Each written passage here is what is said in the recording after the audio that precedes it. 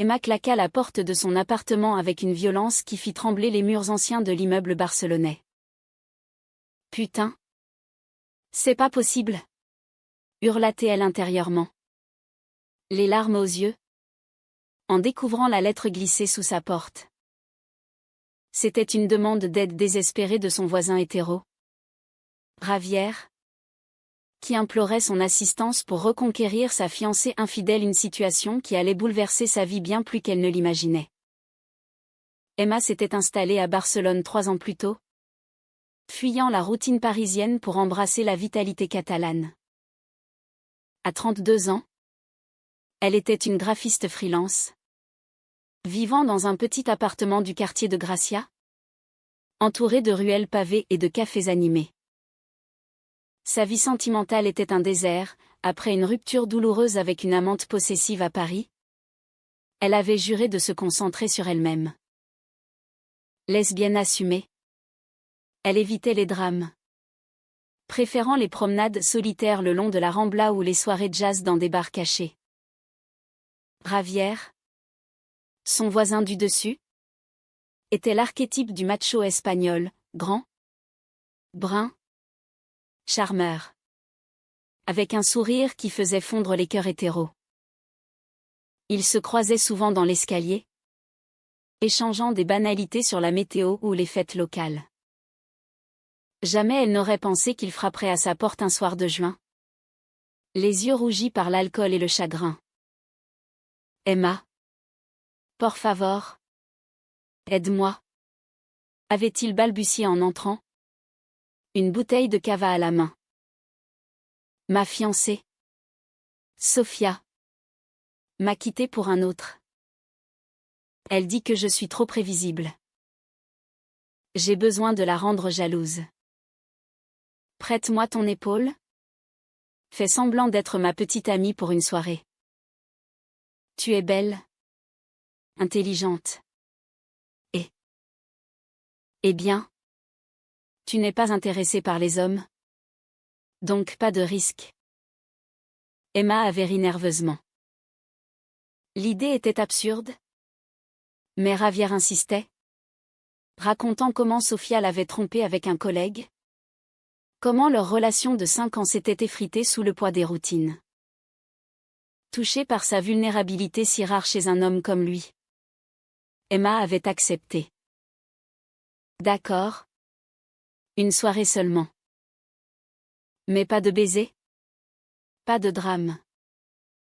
Ce qu'elle ignorait, c'est que cette soirée l'amènerait à Anaïs. La fête avait lieu dans une villa perchée sur les collines de Montjuïc, avec vue sur la mer scintillante sous le coucher du soleil. Javier avait présenté Emma comme sa nouvelle conquête. Et Sofia, une brune sophistiquée aux yeux perçants, avait blêmi. Mais au milieu de la foule, Emma avait croisé le regard d'Anaïs, la sœur cadette de Javier. À 29 ans, Anaïs était une artiste peintre, avec des cheveux noirs coupés courts, un piercing discret au nez et un sourire timide qui cachait une profondeur insoupçonnée. Elle vivait à Madrid mais était venue pour soutenir son frère. « Tu es la fameuse voisine française ?» avait demandé Anaïs, sa voix douce contrastant avec l'accent espagnol chantant. Elles avaient discuté toute la soirée, de l'art abstrait, des vins catalans, des rues de Paris qu'Anaïs adorait. Emma sentait une étincelle, un frisson qu'elle n'avait pas ressenti depuis longtemps. Les jours suivants, Javier multipliait les remerciements, invitant Emma à des dîners familiaux. Anaïs était souvent là. Et leur conversation se prolongeait tard dans la nuit. Emma découvrait en elle une âme sœur. Anaïs avait elle aussi fui une relation toxique, avec une femme jalouse qui l'avait étouffée. J'ai toujours su que j'aimais les femmes. Mais en Espagne, ce n'est pas toujours facile, confia Anaïs un soir, sur le balcon d'Emma, un verre de sangria à la main. Leurs mains se frôlèrent, et Emma sentit son cœur s'emballer. Était-ce possible? Javier, inconscient, encourageait leur amitié. Ma sœur a besoin de quelqu'un comme toi. Stable et créative. Mais les conflits naquirent subtilement. Sofia, piquée au vif, revint vers Javier, semant le doute. Elle murmura à l'oreille d'Emma des rumeurs sur Anaïs, elle est instable. Tu sais. Elle a brisé des cœurs sans remords. Emma balaya ses paroles. Mais une graine de doute germa. Pendant ce temps, Anaïs et Emma se rapprochaient. Une promenade sur la plage de Barceloneta scella leur premier baiser, sous les étoiles. Les vagues murmurant. Anaïs murmura, je ne m'attendais pas à toi. Emma. Tu es comme un vent frais de la Seine dans cette chaleur espagnole. Leur relation fleurit en secret. Emma, avec son tempérament français introspectif, écrivait des poèmes pour Anaïs, inspirés de Baudelaire et Rimbaud. Anaïs peignait des toiles abstraites où les courbes évoquaient leurs corps enlacés. Mais Javier découvrit la vérité par accident, en surprenant un message sur le téléphone d'Anaïs. Furieux, il accusa Emma de trahison, tu étais censée m'aider. Pas voler ma sœur.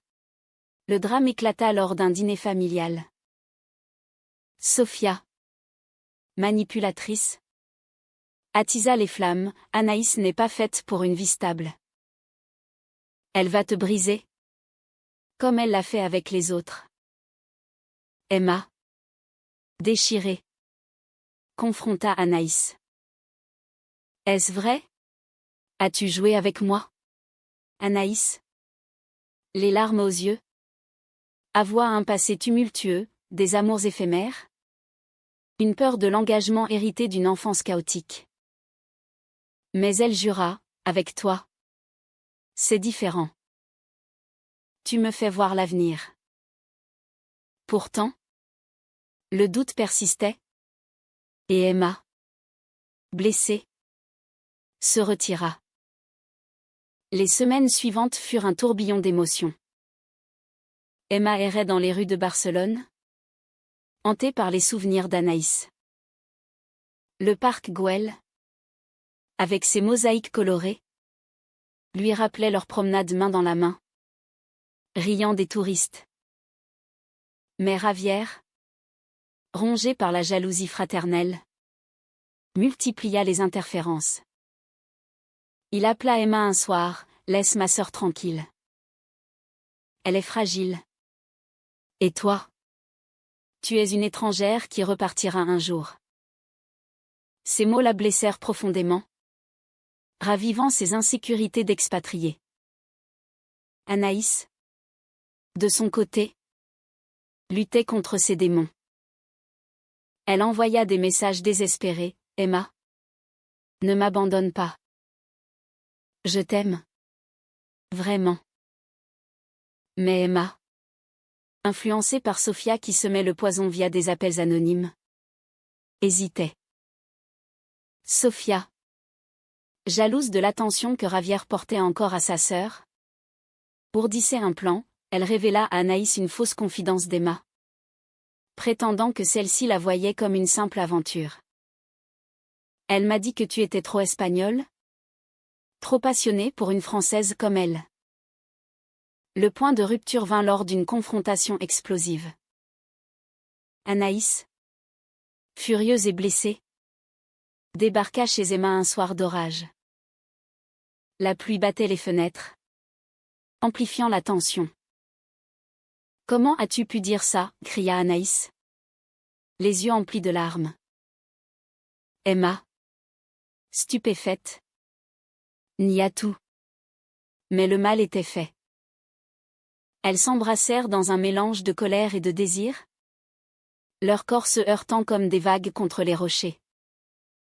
Cette nuit-là, elles firent l'amour avec une intensité qui effaça temporairement les doutes. Mais au matin, la réalité ressurgit.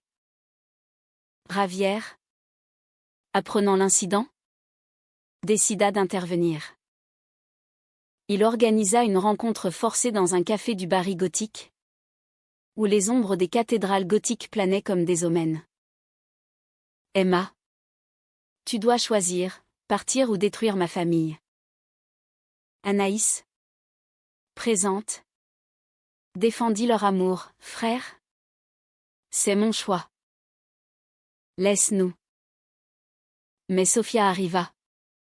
Révélant sa manipulation, j'ai menti pour récupérer Ravière. Anaïs. Emma ne t'a jamais trahi. Le choc fut total. Ravière, réalisant sa propre naïveté, s'excusa. Mais le dommage était profond. Emma et Anaïs, unis par cette épreuve, décidèrent de s'éloigner. Elles partirent pour un week-end à Cadaqués, le village côtier inspiré de Dalles, où les falaises blanches plongeaient dans la mer turquoise. Là, au milieu des oliviers et des criques secrètes, elles reconstruisirent leurs liens. Je t'aime pour ta vulnérabilité, Anaïs, murmura Emma, caressant son visage.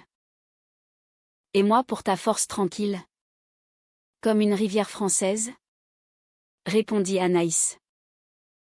Pourtant, les conflits internes persistaient. Anaïs luttait contre sa peur de l'engagement, hantée par des relations passées où elle avait fui. Emma, de son côté, craignait la trahison, écho de son ex-parisienne. Une nuit, sous les étoiles, Anaïs avoua, j'ai peur de te perdre. Alors je sabote tout. Emma, émue, promis, nous affronterons ça ensemble. L'amour n'est pas parfait. Il est humain. De retour à Barcelone, elles affrontèrent Ravière. Dans un dîner réconciliateur, il admit, j'étais aveugle. Si vous vous aimez, je vous soutiens. Sophia, exclue, disparut de leur vie. Mais un nouveau défi surgit, Anaïs reçut une offre d'exposition à Paris, menaçant de les séparer. Viens avec moi, implora-t-elle. Emma hésita, son travail était ancré en Espagne. Le dilemme alimenta des disputes passionnées, où les mots d'amour se mêlaient aux reproches. Le climax approchait. Lors d'une fête de la Mercey, avec ses feux d'artifice illuminant le ciel, Anaïs disparut soudain. Emma, paniquée, la chercha partout, craignant une fuite. Elle la trouva sur la plage, assise face à la mer, pleurant. Je ne peux pas partir sans toi. Mais je ne veux pas te forcer. Emma s'agenouilla, allons à Paris ensemble. Barcelone n'est qu'un chapitre, notre histoire est plus grande. Mais le destin frappa, Ravière, ivre, révéla accidentellement un secret. Anaïs avait eu une brève liaison avec Sophia des années plus tôt, avant que celle-ci ne devienne hétéro-assumée. C'était une erreur de jeunesse, expliqua Anaïs, terrifiée. Emma se sentit trahie, comment as-tu pu me cacher ça? La nuit se transforma en chaos émotionnel, avec des cris étouffés par les vagues. Le lendemain, Emma se réveilla seule. Anaïs partit. Un mot sur la table, je t'aime trop pour te faire souffrir. Adieu. Le cœur brisé, Emma erra dans Barcelone, la ville qui lui semblait maintenant hostile. Les Sagrada Familia, avec ses tours inachevées, symbolisaient son amour incomplet. Elle appela Ravière, qui paniqua, Anaïs est rentrée à Madrid. Elle est dévastée. Emma prit le train pour Madrid, déterminée à affronter la vérité. Le voyage à travers les paysages arides d'Espagne? Fut un temps de réflexion. Elle repensait à leur rencontre, à ces moments de pure joie, danser la sardane lors d'une fête locale, partager des tapas en riant, ou simplement se blottir sous les couvertures, écoutant la pluie. L'amour est un risque, se dit-elle, inspirée par les romans de Colette qu'elle adorait. À Madrid, elle trouva Anaïs dans son atelier, entourée de toiles inachevées. « Pourquoi m'as-tu fui ?» demanda Emma. La voix tremblante. Anaïs, les yeux cernés. Avoua, j'ai peur de te blesser comme j'ai blessé les autres. Sofia était une erreur, mais elle me hante. Je ne mérite pas ton amour. Elles pleurèrent ensemble, se serrant dans une étreinte qui dissipa les ombres. La réconciliation fut lente, humaine. Elles parlèrent des heures, dénouant les nœuds du passé. Anaïs révéla son enfance, un père absent, une mère stricte, qui l'avait rendue méfiante. Emma partagea ses propres cicatrices, la perte d'une amie d'enfance, la pression familiale à Paris pour une vie normale. Nous sommes imparfaites, mais ensemble, nous sommes complètes, conclut Emma. Elles décidèrent de s'installer à Paris pour l'exposition d'Anaïs. Ravière, repentant, les aida à déménager. À Barcelone, elles dirent au revoir à l'appartement, emportant des souvenirs doux amers. Le voyage vers la France fut un nouveau départ, traversant les Pyrénées. Elles rêvèrent d'un avenir partagé. À Paris, la vie reprit avec une intensité romantique. Anaïs exposa ses peintures dans une galerie du Marais, où les critiques louèrent son style fusionnant flamenco espagnol et impressionnisme français. Emma, inspirée, lança un projet collaboratif, des illustrations pour les toiles d'Anaïs. Leur amour s'épanouit dans les cafés de Saint-Germain, les promenades le long de la Seine, où elles s'embrassaient librement. Mais les vieux démons ressurgirent. Sofia, obsédée, contacta Emma. Anaïs te trompera, comme elle m'a trompée. Emma, forte de leur lien, ignora. Pourtant, lors d'une soirée d'ouverture, Anaïs flirta innocemment avec une admiratrice, ravivant les peurs d'Emma.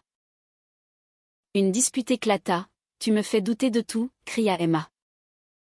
Anaïs, blessée, partit en claquant la porte. Le lendemain, Emma la chercha dans tout Paris. Elle la trouva sur le pont des Arts, contemplant les cadenas d'amour. « Je suis désolée, » murmura Anaïs. « Je t'aime, mais j'ai besoin de guérir. » Elles décidèrent d'une thérapie de couple, embrassant la vulnérabilité comme une force. Leur relation évolua vers une profondeur personnelle. Elles voyagèrent en Provence, cueillant des lavandes, symbole de leur amour renaissant. Ravière visita. Fière de sa sœur, « Vous m'avez appris ce qu'est le vrai amour. » Sofia, finalement, s'excusa, admettant sa jalousie. Le climax émotionnel vint lors d'un anniversaire. Anaïs offrit à Emma une peinture d'elles deux sur le balcon barcelonais, capturant leur premier regard. « Marions-nous » proposa Anaïs. À genoux. Emma, larme de joie, accepta. Mais la vie n'est pas un conte. Un accident mineur. Anaïs glissa dans l'atelier, se blessant légèrement, rappela la fragilité. Emma veilla sur elle, renforçant leur lien. L'amour n'est pas éternel sans effort, dirent-elles. Les mois suivants furent une symphonie de joie et de défis. Mariée civilement à Paris, avec Javier comme témoin, elles célébrèrent dans un petit restaurant basque, mêlant culture française et espagnole. Leur vie devint un équilibre, exposition pour Anaïs, contrat pour Emma, et des week-ends à Barcelone pour revisiter leurs racines. Pourtant, la trahison passait laissait des traces. Une ancienne amante d'Anaïs réapparut, envoyant des messages ambigus. Emma, jalouse, confronta, est-ce que tu regrettes? Anaïs, honnête, répondit, non. Mais le passé nous forme. Elles surmontèrent, transformant la jalousie en confiance. Leur histoire devint un témoignage humaniste. Anaïs écrivit un livre sur leur parcours, inspiré par les écrits de Simone de Beauvoir, explorant l'amour lesbien dans un monde hétéronormé. Emma illustra, et le livre toucha des cœurs en France et en Espagne. Un jour, Javier annonça son propre mariage avec une femme bienveillante, loin des drames de Sofia. Grâce à vous, j'ai appris à aimer sans possessivité, dit-il. La famille se resserra, transcendant les frontières. Mais le destin testa leur résilience. Anaïs fut diagnostiquée avec une maladie auto-immune mineure, nécessitant des traitements. Emma, pilier, l'accompagna, nous affronterons ça comme tout le reste. Ces épreuves approfondirent leurs liens, prouvant que l'amour vrai est patient, compatissant. À la fin, installée dans une maison en banlieue parisienne, avec un jardin fleuri, elle regardait le soleil se coucher. Je n'attendais pas un tel déroulement quand Javier m'a demandé de l'aide, rit Emma. Anaïs, serrant sa main, moi non plus. Mais c'est notre histoire, imparfaite et belle. Leur amour, forgé dans le feu de la trahison et de la passion, devint un phare pour d'autres. Elles adoptèrent un chat errant, symbolisant leur capacité à guérir les âmes blessées. Dans les rues de Paris, elles marchaient main dans la main, incarnant la résilience humaine. Ainsi se clôt cette saga, où un simple appel à l'aide mena à une odyssée d'émotions.